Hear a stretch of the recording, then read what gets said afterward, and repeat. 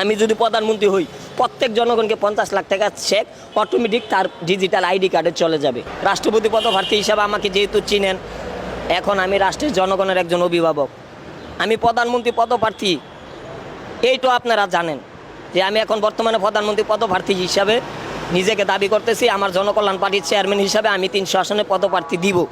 কিন্তু আমার কথা হইল, আমি মনে করেন প্রধানমন্ত্রী হয়েই গেলাম, তো আমার গরিব দুঃখী জনগণের তো অর্থনৈতিক মুক্তি হইতেছে না।